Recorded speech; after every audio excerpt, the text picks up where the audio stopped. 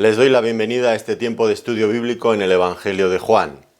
En esta ocasión estamos en el capítulo 8, los versículos del 31 hasta el 38. Y esta realmente es nuestra segunda sesión sobre este pasaje. En fin, se está haciendo un poco más largo porque hay conceptos aquí realmente importantes y tenemos que ir despacio pensando en ellos. Si me quieren acompañar, vamos a comenzar haciendo una lectura de este texto, como digo, Juan capítulo 8, versículo 31, que dice así. Dijo entonces Jesús a los judíos que habían creído en él: Si vosotros permaneciereis en mi palabra, seréis verdaderamente mis discípulos, y conoceréis la verdad, y la verdad os hará libres. Le respondieron: Linaje de Abraham somos, y jamás hemos sido esclavos de nadie. ¿Cómo dices tú, seréis libres? Jesús les respondió: de cierto os digo, que todo aquel que hace pecado, esclavo es del pecado. Y el esclavo no queda en la casa para siempre, el Hijo sí queda para siempre. Así que si el Hijo os libertare, seréis verdaderamente libres. Sé que sois descendientes de Abraham, pero procuráis matarme, porque mi palabra no haya cabida en vosotros. Yo hablo lo que he visto cerca del Padre, y vosotros hacéis lo que habéis oído cerca de vuestro Padre. Bueno, una porción, como digo, interesante desde distintos puntos de vista. El Señor se estaba dirigiendo a estas personas, estos judíos, que en principio, en el versículo 30, nos habían dicho que habían creído en Él. Ahora, a partir del versículo 31, descubrimos que esa fe no era auténtica, y el Señor establece las condiciones para comprobar si una fe es auténtica o no. Si vosotros permaneciereis en mi palabra, seréis verdaderamente mis discípulos. Y vamos a ver, bueno, de hecho al final de este pasaje acabamos de leer que ni siquiera podían escuchar la palabra del Señor, mucho menos permanecer en su palabra. Y les dijo además que haciendo esto, permaneciendo en su palabra, serían verdaderamente libres. Ellos negaban la realidad evidente. A nivel político decían: jamás hemos sido esclavos de nadie, olvidando su historia como bajo el yugo de infinidad de imperios y de naciones. Pero el Señor no tenía tanto interés en mostrarles ese tipo de esclavitud nacional o política, sino, como va a comenzar ahora, que es donde nos quedamos, en el versículo 34, va a comenzar haciendo una solemne afirmación. Todo aquel que hace pecado, esclavo es del pecado. Y él comienza haciendo con estas palabras: de cierto os digo. No como los profetas del Antiguo Testamento, que sí hablaban de parte del Señor, pero claro, tenían que introducir sus declaraciones de esa forma. Así ha dicho el Señor. Mientras que el Señor Jesucristo no hacía esto, no decía así ha dicho el Señor, sino de cierto os digo, yo os digo. Lo que da a entender que él tenía autoridad propia, no dependía de nadie, bien que evidentemente estaba en íntima comunión con el Padre. No había una división de voluntades ni independencia de ningún tipo, sino que el amor entre el Padre y el Hijo les llevaba a actuar de esa manera conjunta, pero él hablaba evidentemente con autoridad propia. Y aquí esta declaración que ha hecho es realmente importante. Todo aquel que hace pecado, esclavo es del pecado. Y es una declaración importante en principio porque es una declaración universal, abarca a todo tipo de personas.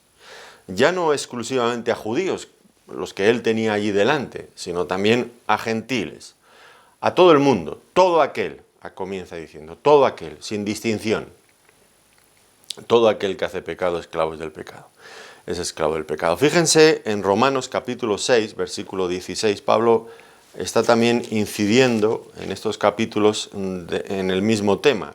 Romanos capítulo 6, versículo 16.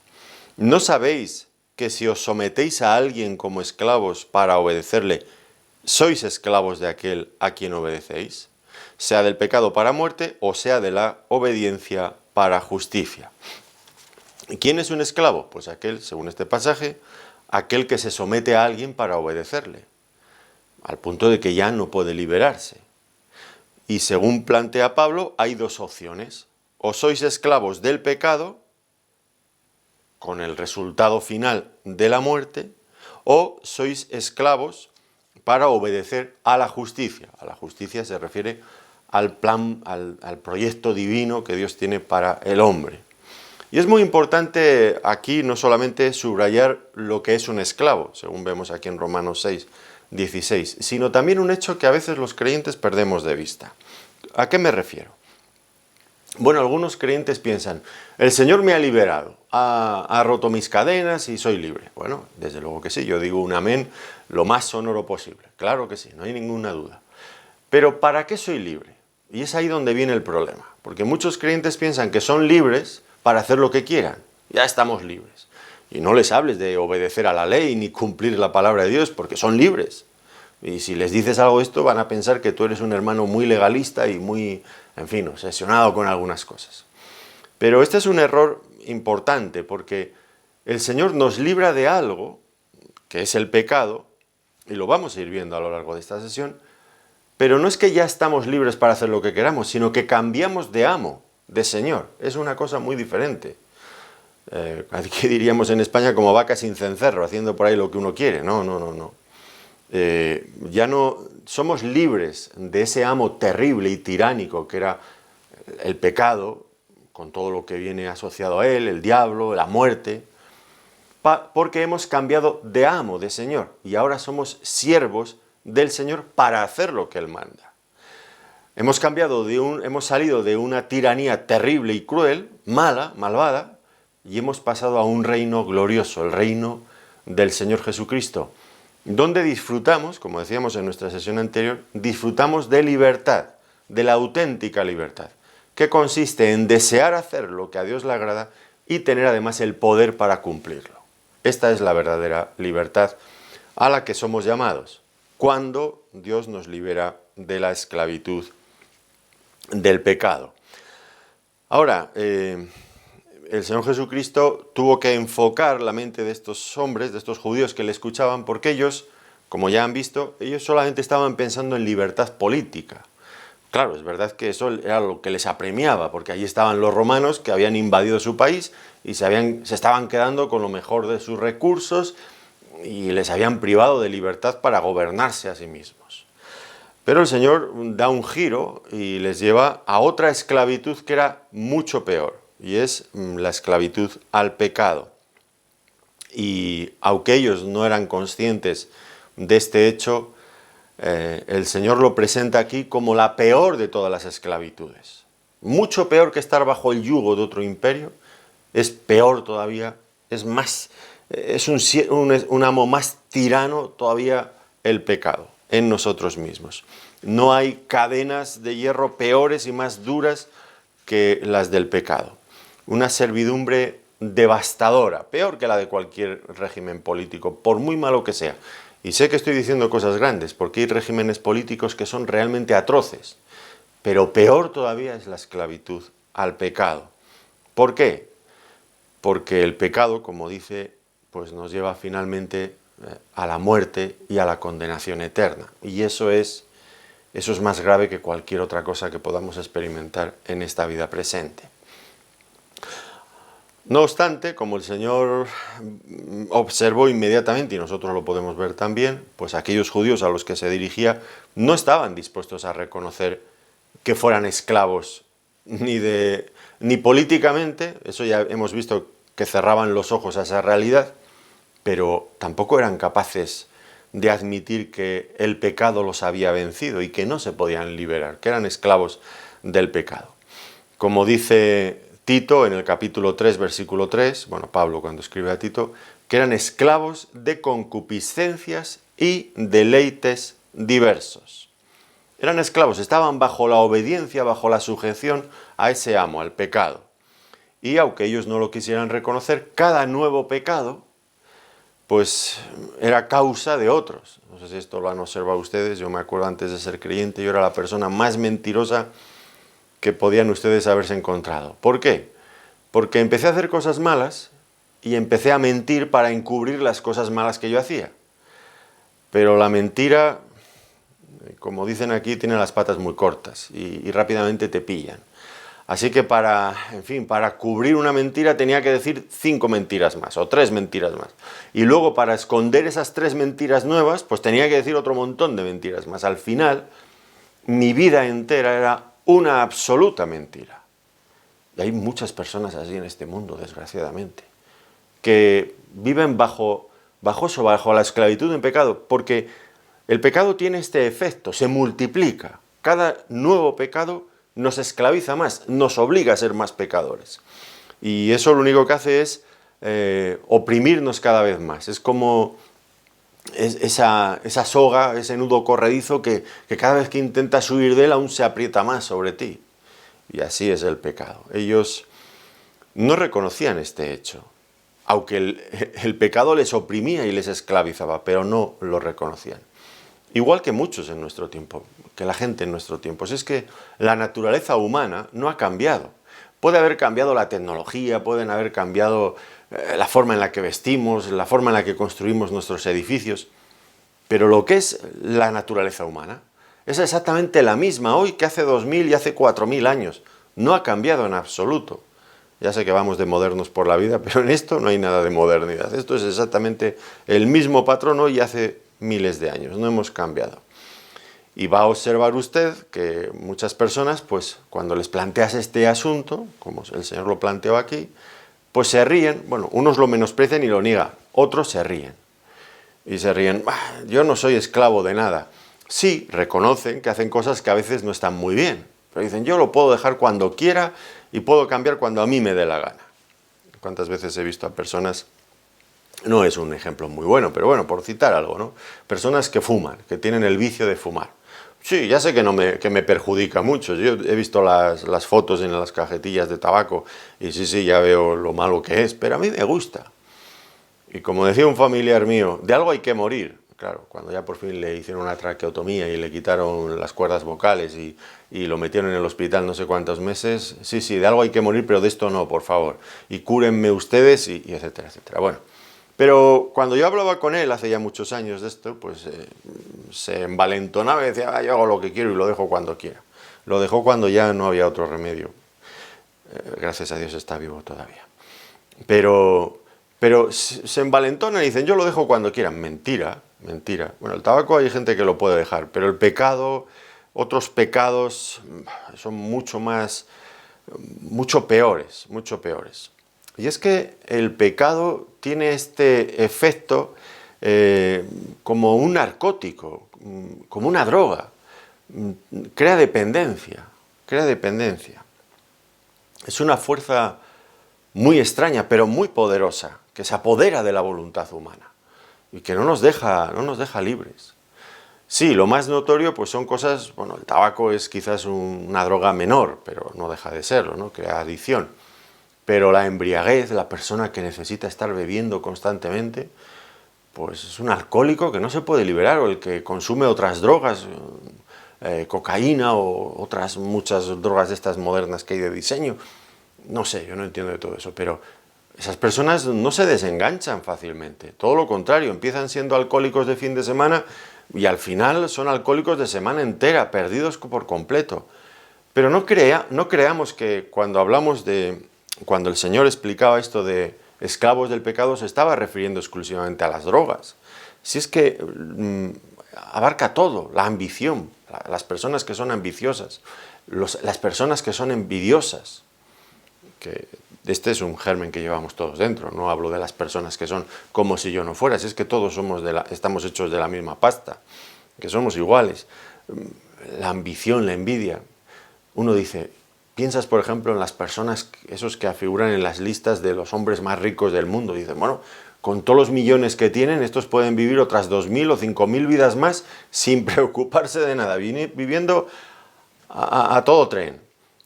Y no tienen que preocuparse de nada. Y sin embargo, están obsesionados por si el que va en el puesto 7 o en el puesto 35 les supera y ellos quedan un poquito más abajo y tienen que conseguir más y más y más. Esa fiebre, ambición por tener más, nunca se sacian. Pero hombre, si ya puedes vivir 5000 vidas y solamente vas a poder vivir una, ¿para qué sigues explotando a tus empleados?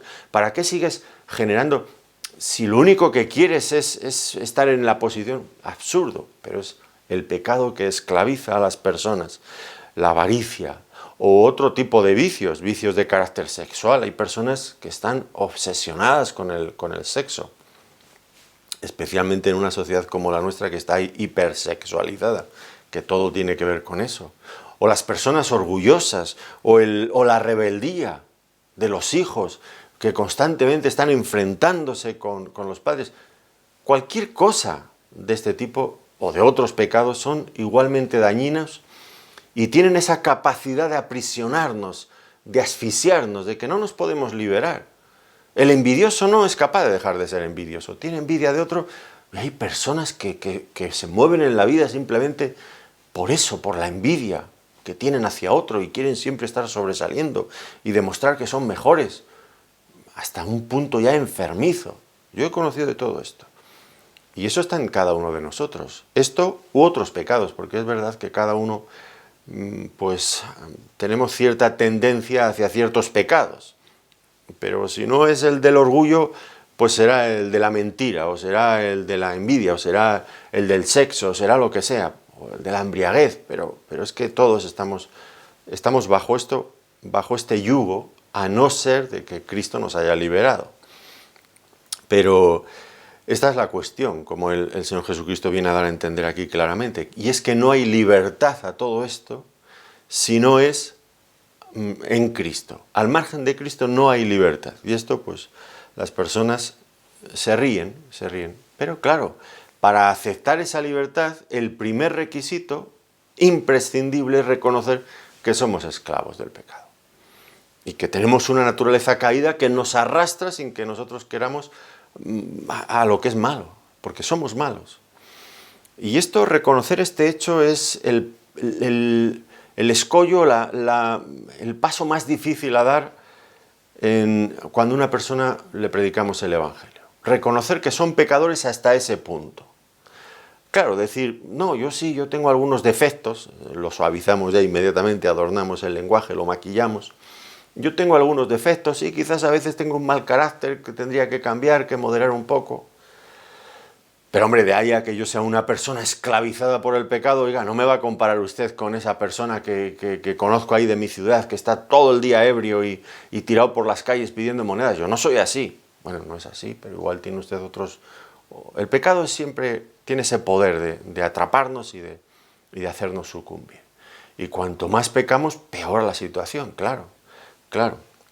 Y eso es lo más difícil de aceptar, que estamos en una condición deplorable, una condición mala, una condición necesitada de libertad. Y esto es lo que hiere nuestro orgullo, nuestro amor propio. No sé lo que es exactamente eso, pero no debe ser muy bueno. Lo hiere en lo más profundo de nuestro ser, reconocer que hemos fracasado, que alguien nos domina, que algo nos domina. Y nos negamos a ir a Cristo. No queremos aceptar que alguien tiene el control de nuestras propias decisiones. Y eso es así. Y las personas dicen, no, eso es mentira. Eso es verdad.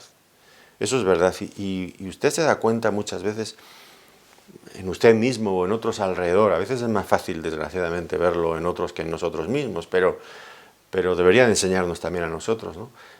Personas que toman unas decisiones en las vidas que van haciéndose daño y haciendo daño a todo el que se relaciona con ellos. Personas destructivas en sus matrimonios, en sus familias, personas que no se puede convivir con ellos en el trabajo porque son malos y son envidiosos y son destructivos.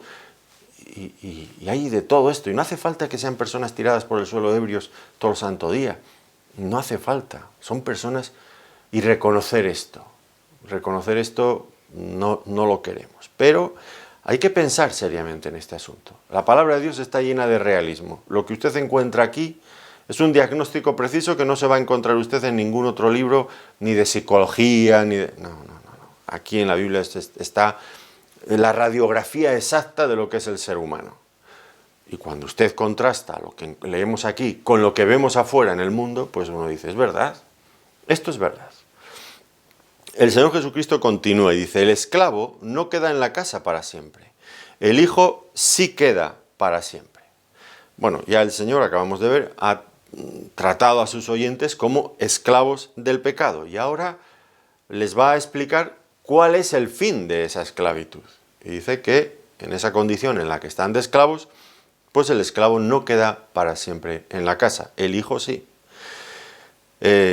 Un esclavo pues no iba a disfrutar en la sociedad donde había esclavitud, aquella por ejemplo, pues un esclavo no iba a disfrutar de los privilegios de la casa del amo para siempre, pues quizás estaría allí por algún tiempo, si el amo era bueno pues la cosa más o menos sería llevadera, si era malo pues sería muy difícil, desde luego, era una institución maligna sin duda.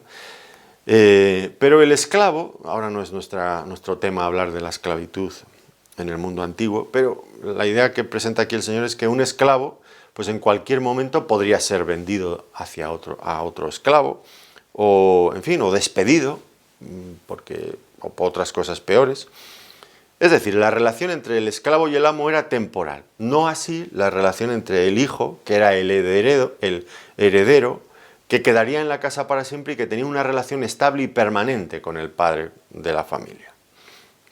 Y entonces el Señor está explicando esto, aunque es muy probable que lo que el Señor tiene en mente aquí en este momento es otra cosa diferente por las reacciones y las cosas que ellos dicen antes y después. Linaje de Abraham somos, han dicho ellos. Bueno, pero ustedes recuerdan que Abraham tuvo dos hijos, uno de la esclava egipcia, Agar, y otro de la libre, de Sara, Isaac.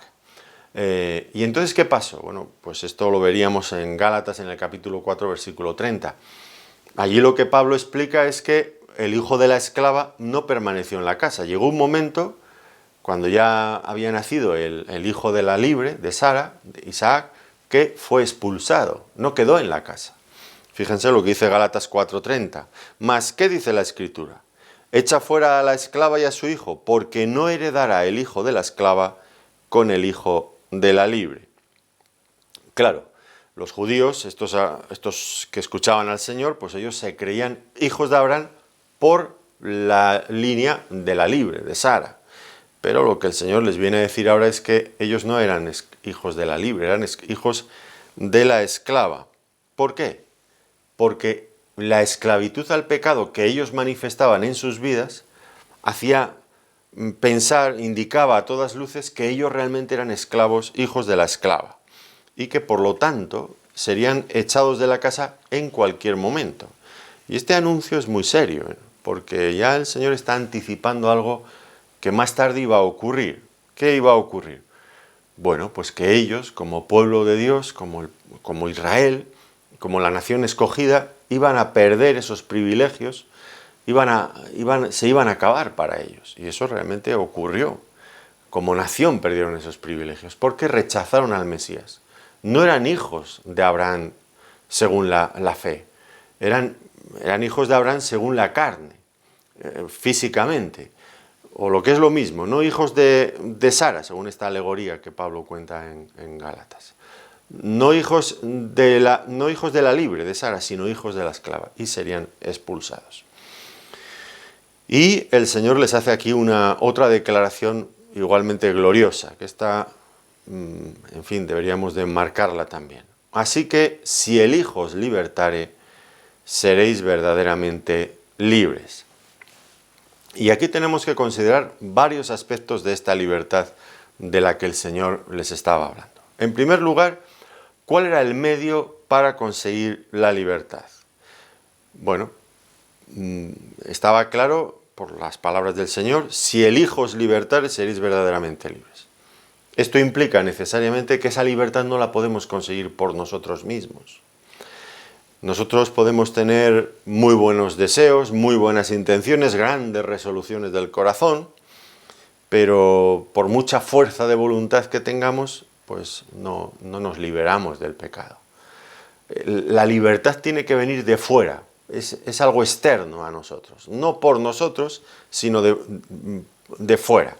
¿Y de dónde nos viene? Bueno, pues del Señor Jesucristo. Y conoceréis la verdad y la verdad os hará libres, había dicho antes. Y ahora esa verdad que nos hace libres, aquí viene ya explicada fuera de toda duda. si el Hijo os libertare, seréis verdaderamente libres. Antes les ha dicho, conoceréis la verdad y la verdad os hará libres. Ahora dice, si el Hijo os libertare, seréis verdaderamente libres.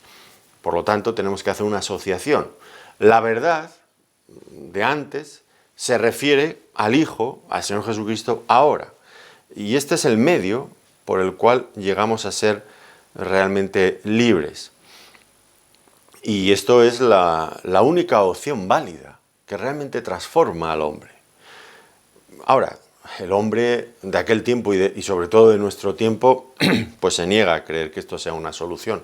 A ver, ¿cómo el Señor Jesucristo, como me dicen algunos, ese que tú llamas el Señor Jesucristo? Me hace gracia cuando me lo dicen así. Pero es verdad, le llamo el Señor Jesucristo porque es Señor. Ese Señor Jesucristo que tú dices, ¿cómo nos va a liberar del pecado? Y ellos dicen, no, eso es una tontería. Lo que nos puede liberar del pecado es la política, buenos políticos, que realmente sean hombres de Estado, no como a veces tenemos, que son, en fin, que no tienen tablas, que no tienen experiencia, que son idealistas, absurdos. No, necesitamos políticos de envergadura, políticos, eso cambia el mundo. O la educación, yo recuerdo aquella profesora que tenía en el bachillerato que nos decía, estudiar, porque la educación os hará libres, decía ella. La educación nos hará libres. El Señor Jesucristo dijo, conoceréis al Hijo y el Hijo os hará verdaderamente libres. Pero es que la educación no nos hace libres. Mire, la verdad es que en España ahora mismo tenemos, yo no sé si decir una saturación de universitarios, pero por lo menos la gente está ahora, los jóvenes están muy formados. Como no hay mucho trabajo, pues se dedican a estudiar y a estudiar, viven de los padres, bueno, llegan hasta unas edades increíbles a veces en la casa de los padres, estudiando y haciendo cursos y tal. Una juventud pero requete formada. Y eso ha mejorado nuestros hábitos de conducta, somos personas más civilizadas, más buenas, más nobles, es un país más generoso, o seguimos teniendo una crispación política. Usted ve los debates en el Congreso, ve las calles a veces en algunas ciudades que quieren independencia, que quieren... Y hay unos conflictos, cada uno egoístamente, cuando hay que establecer unos presupuestos económicos para toda la nación, cada uno suma sus fuerzas políticas, pero a cambio se tiene que llevar una buena tajada y si no, no ceden a nada porque quieren lo suyo y nada más que lo suyo. Pero es que acaso la educación nos ha hecho, toda esa gente tan supereducada que nos gobiernan ahora, es que en realidad se ve esa nobleza, esa generosidad, esa bondad. ¿Estamos viviendo en un país mejor? Hablo aquí en España, pero tengo la sospecha de que esto, bueno, estoy seguro, porque leo también algo de prensa internacional y es lo mismo. Mejorar la economía. Bueno, pues cuando teníamos los indicadores de la economía, de las bolsas mundiales que estaban, ahora no, claro, en medio de la pandemia, pero hace unos meses, que estaban siempre subiendo y subiendo y subiendo, la economía creciendo año tras año. ¿Y va mejor este mundo? O la gente se sigue muriendo de hambre y la gente se sigue muriendo de enfermedades para las que ya tenemos soluciones. En fin, ¿y por qué? ¿Por qué países que tienen recursos naturales para ser ricos, inmensamente ricos, están huyendo de sus propios países? Porque viven en la más absoluta miseria, no tienen para comer, no tienen para comprar medicinas para sus hijos enfermos. ¿Por qué? Pues por personas malas y no solamente vamos a citar a los gobernantes, que a veces nosotros mismos, que somos gobernados, también aportamos nuestro granito de arena en todo ese conjunto para que salga lo que sale al final, ¿no? Bueno, pues las personas no quieren confiar que Cristo les puede dar la auténtica libertad y siguen depositando sus esperanzas en cosas que si uno mirara con atención nuestra historia, pues ya se daría cuenta de que han sido un fracaso tras otro. El humanismo, eso está condenado al fracaso, pero bueno, sigamos intentándolo. Bueno, pues sigan ustedes intentándolo hasta que se den ustedes de cabezazos con el muro, contra el muro y digan, oiga, esto duele y además el muro no se rompe. Bueno, pues entonces igual reflexionan y dicen, bueno, pues tendré que buscar en otra parte. Y desde luego Jesucristo, el Señor Jesucristo puede dar libertad. Él sí que puede darla. Y muchos de los creyentes que vivimos, que hemos confiado en Él, podemos dar crédito de esto.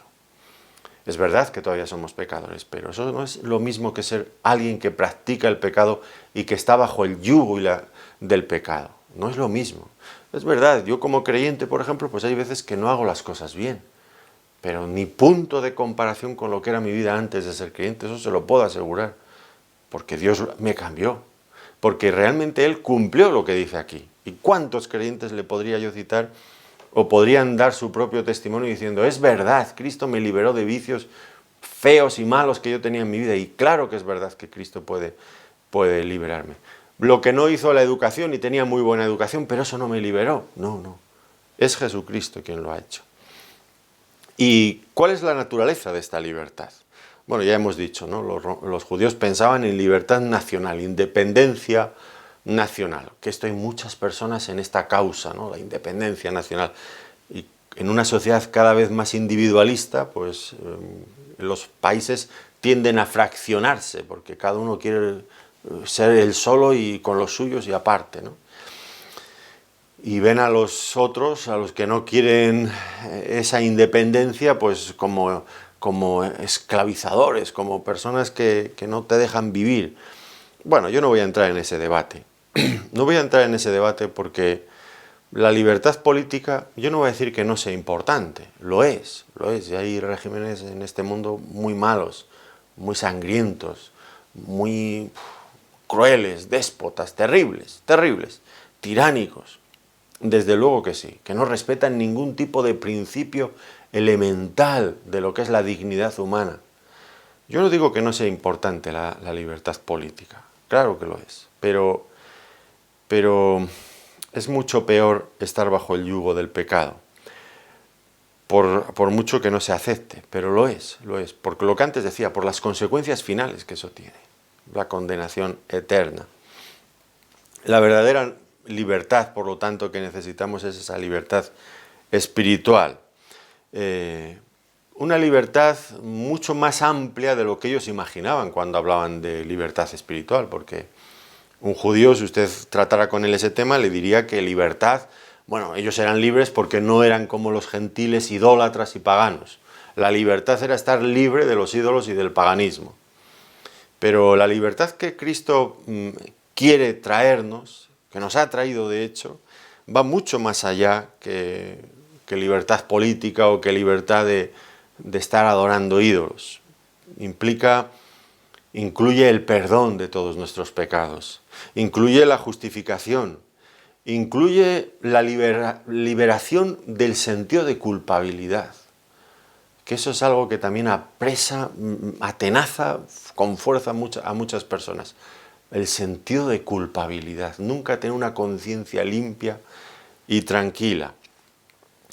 Incluye también esta libertad la regeneración. Dios nos hace nuevas criaturas, con una naturaleza a la imagen de su Hijo, ya no a la imagen del primer Adán, que era una naturaleza pecaminosa, como esos, algunas veces lo he explicado, ¿no? Como esos coches que igual han tenido un accidente muy fuerte y el coche ha quedado muy deteriorado, pero lo han arreglado. Pero claro, cuando tú compras ese coche de segunda mano que aparentemente está todo tan bonito, recién pintado, lo compras y dices, pues me parece que está bien, pero luego te pones a circular con él en la carretera y notas que el coche se va siempre a la cuneta, se va siempre a la derecha. Y si soltaras un momento el volante, ¡bum!, ya rápidamente se ha ido para allá. ¿Qué le pasa? Pues que tiene en el chasis, en esa estructura que tiene abajo el coche, pues ha quedado retorcida del impacto del accidente anterior, y eso pues se ha camuflado, porque sí, la chapa y la pintura está muy bien, pero el daño estructural que tiene dentro es muy fuerte.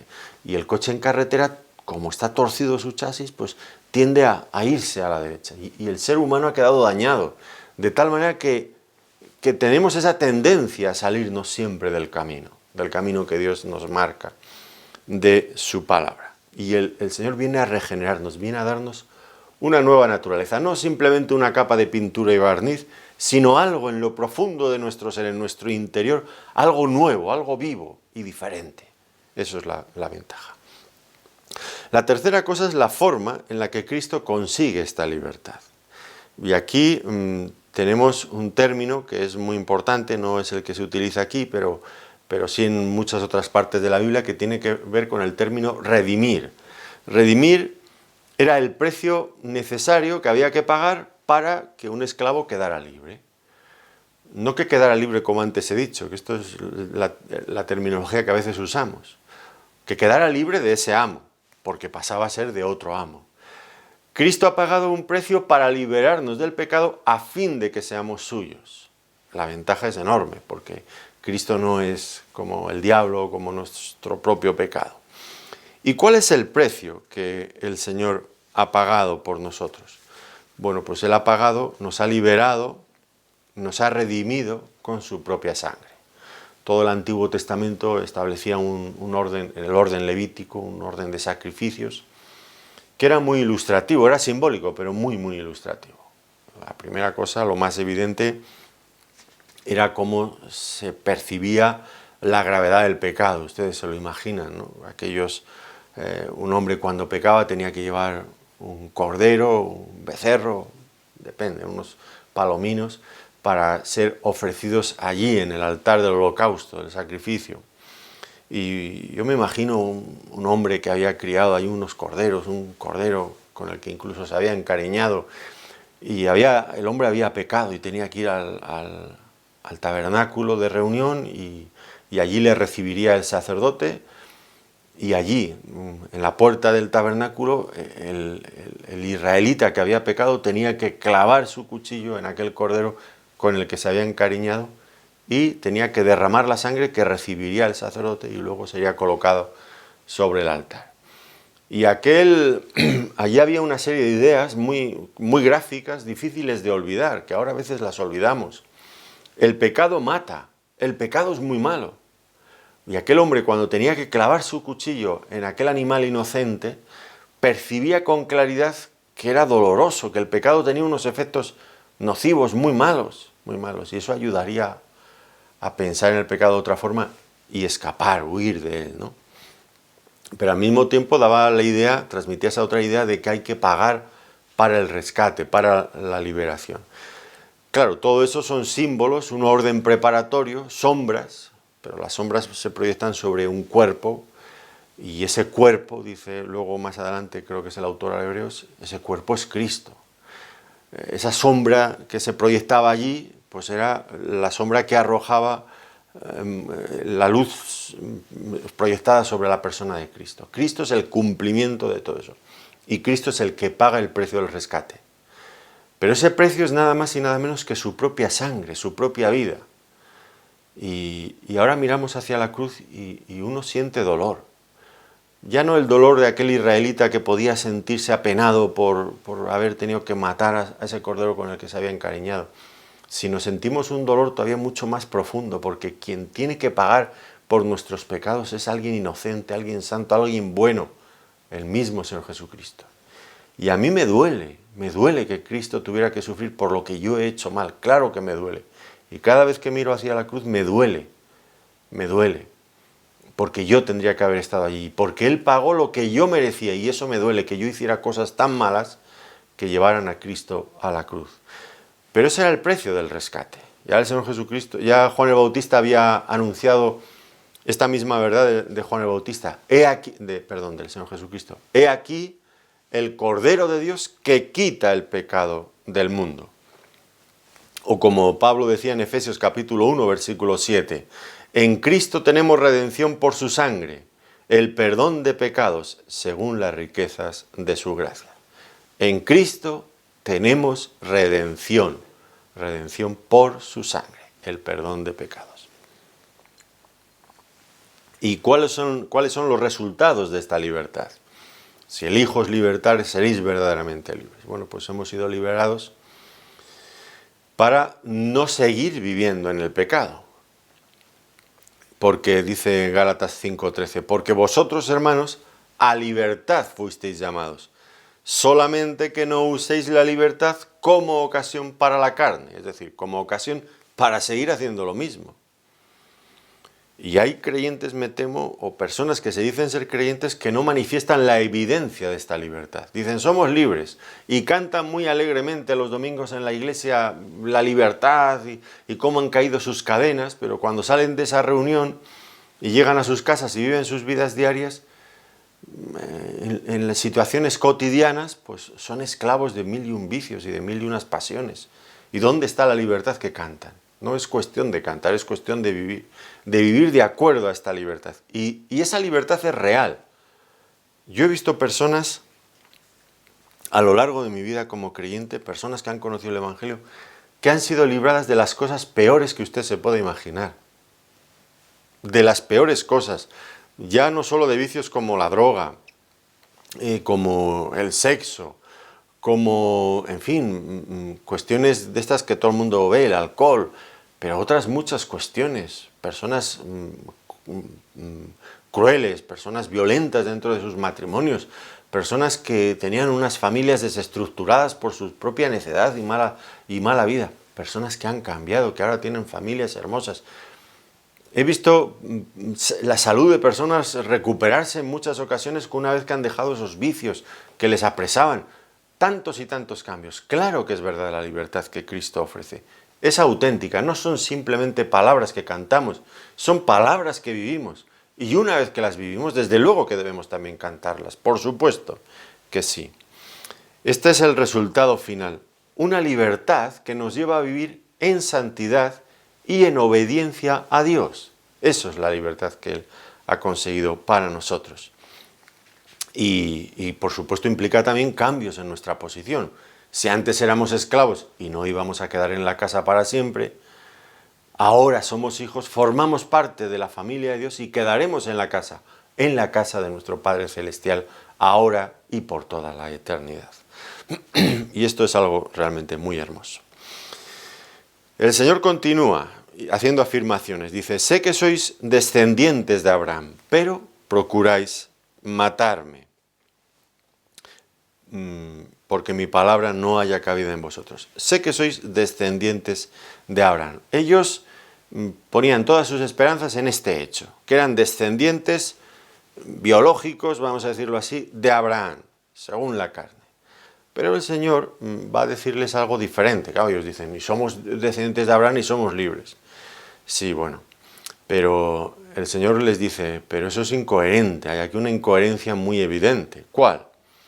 Pues que su propia forma de comportarse evidenciaba que no eran hijos de Abraham. ¿Por qué razón? Dice el Señor, porque procuráis matarme. Procuráis matarme. Ese odio homicida que tenían contra el Señor era una evidencia de que eran esclavos del pecado. Procuráis matarme. Y, por supuesto, esto les alejaba de sus pretensiones de ser descendientes de Abraham. Porque Abraham, muy lejos, estaba en las antípodas, o sea, no tenía nada que ver con el pensamiento de estos judíos aquí. Él no solamente no odiaba al Mesías, claro que no, sino que anhelaba y se gozaba en ver el día del Mesías, del Señor.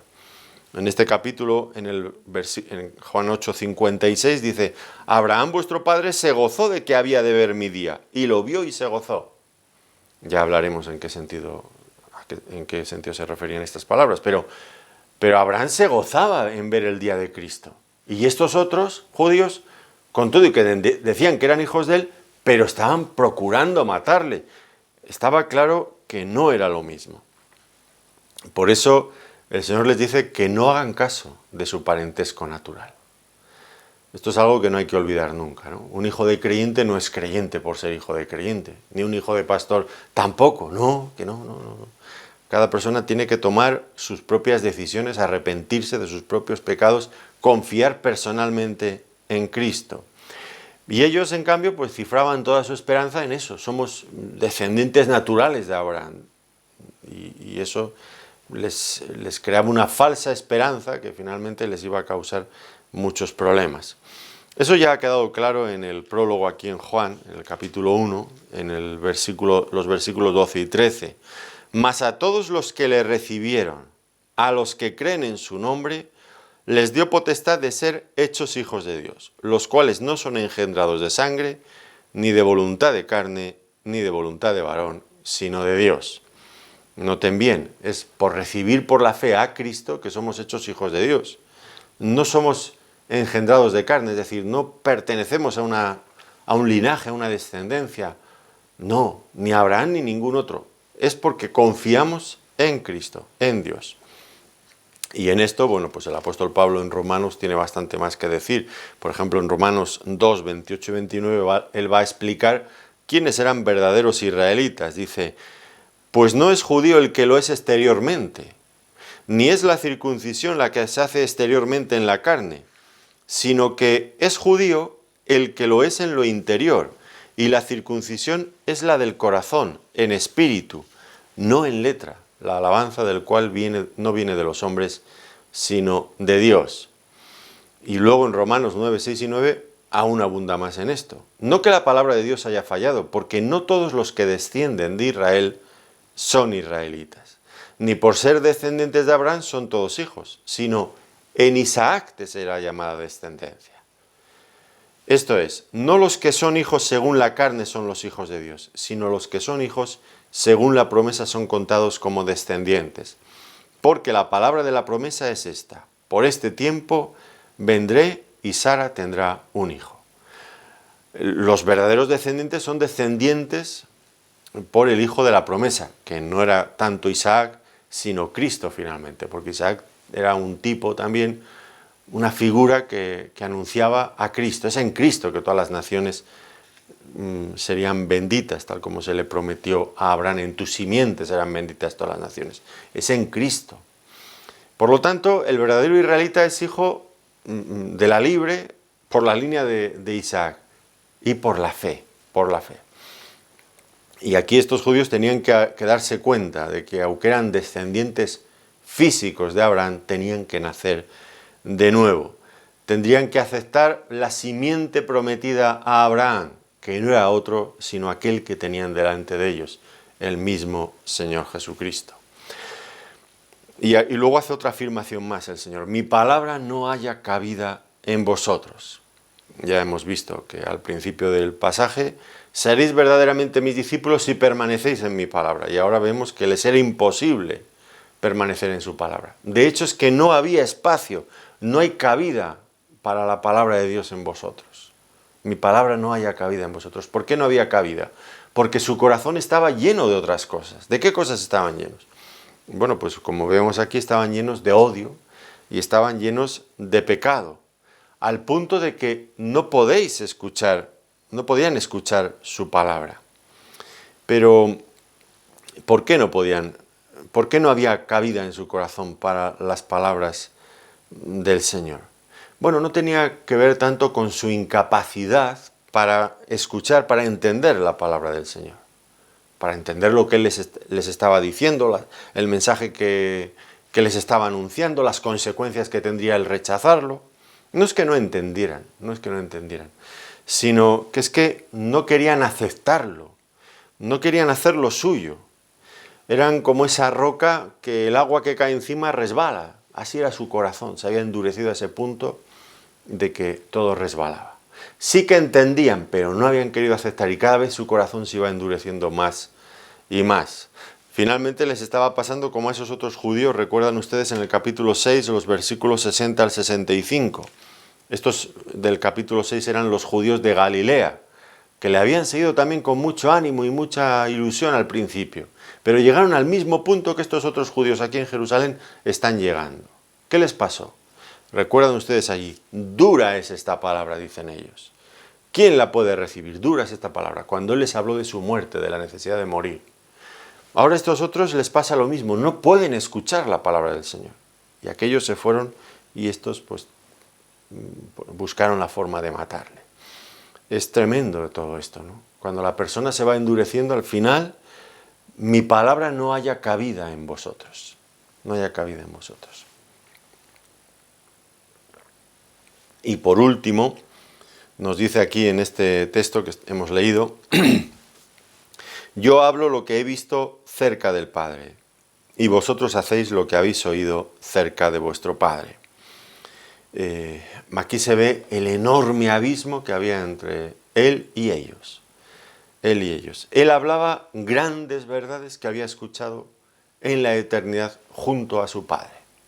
Y ellos, por el contrario, lo que hacían era exactamente lo que habían oído de su Padre, pero su Padre no era Dios. Y esto es lo que aquí deja un poco entrever, luego ya vamos a verlo en el siguiente pasaje, no hay duda, está refiriéndose al diablo, pero aquí da a entender que eran hijos del diablo y que hacían lo que habían visto con el diablo. Y de esto sacamos dos conclusiones muy importantes. La primera es que si nos negamos a escuchar la palabra de Dios, del Señor Jesucristo, ¿qué es lo que nos queda? Pues ya ven ustedes aquí que no hay más que dos alternativas. O escuchamos la palabra del Hijo o escuchamos las palabras de Satanás. Y eso es lo que nos queda. De hecho, quedamos desprotegidos una vez que nos hemos negado a la verdad. Pues como dijo el Señor, llegará cualquiera en mi nombre mintiendo y lo creeréis. Porque es lo que nos queda, escuchar la mentira. ¿No queremos la verdad? Tenemos la mentira. Y la segunda cosa, también muy importante, es que existe una relación muy estrecha, muy íntima entre lo que escuchamos y la forma en la que actuamos. Noten aquí que mientras que una buena enseñanza de parte del Señor llevará a las personas a ser libres del pecado, una enseñanza errónea o una enseñanza falsa, mentirosa, nos llevará a cometer malos hechos. Como dice aquí el Señor, vosotros hacéis lo que habéis oído cerca de vuestro padre, el diablo. ¿Y qué era lo que querían hacer con el Señor? Querían matarle. Dense cuenta lo importante que es lo que escuchamos, la enseñanza que recibimos y que aceptamos en nuestro corazón. No es simplemente que yo creo y ya está, y eso queda ahí aislado en mi mente. No, lo que uno cree se mueve rápidamente hacia el corazón y hacia la voluntad humana. De hecho, los grandes movimientos culturales pues surgen de los filósofos, de los que piensan, de los que introducen ideas, que eso cala en la sociedad y finalmente hay una deriva. Y cuidado con lo que escuchamos. Es una batalla en el campo, en el terreno de las ideas. No es una batalla simplemente en el ámbito de las cosas prácticas que vemos día a día. La batalla empieza en las ideas. Por eso el apóstol Pablo, creo que es en 2 Corintios, dice que nuestra lucha es venciendo argumentos que se levantan contra el conocimiento de Cristo, llevando los cautivos a sus pies. Esa es la lucha auténtica, es una lucha de argumentos, de conceptos, de ideas. Eso luego inmediatamente nos lleva a una práctica, a una serie de obras, un tipo de vida. Y eso es lo que dice aquí. Ahora, al final llegamos a este punto y tenemos que decidir. Tenemos que decidir. Ellos parece que decidieron. Y cada uno de nosotros tenemos que hacer nuestra propia elección. ¿Queremos ser libres del pecado? Para ello tendremos previamente que reconocer que somos esclavos del pecado. Y tendremos que reconocer que Cristo es el único que nos puede liberar. Pero podemos cerrarnos a eso e intentar ingenuamente seguir dándonos golpes, cabezazos contra ese muro de hormigón y decir, lo podemos conseguir por nosotros mismos, hasta que nos hayamos destrozado a nosotros mismos y a otros. Y por último, lo que queda después, que es la condenación eterna. Yo les animo a que si no han conocido a Cristo, si viven todavía en esta situación de esclavitud, del pecado que sea, vayan a Cristo. Y en Él van a encontrar no solamente perdón, sino también libertad. Pues no pierdan esta oportunidad, porque es verdad. El Señor lo dijo, no que lo digo yo no tengo ningún poder para nada, pero el Señor lo dijo, y Él dijo la verdad. Yo lo que sí que puedo decir es que yo creí esto, y he verificado, puedo decirle con total certeza que es verdad lo que Él dijo. Y le animo a que usted lo descubra si no lo ha descubierto por sí mismo. Pues terminamos ya. Y les agradezco una vez más que nos hayan querido acompañar en este tiempo de estudio bíblico. Que el Señor les bendiga muy ricamente. Muchas gracias.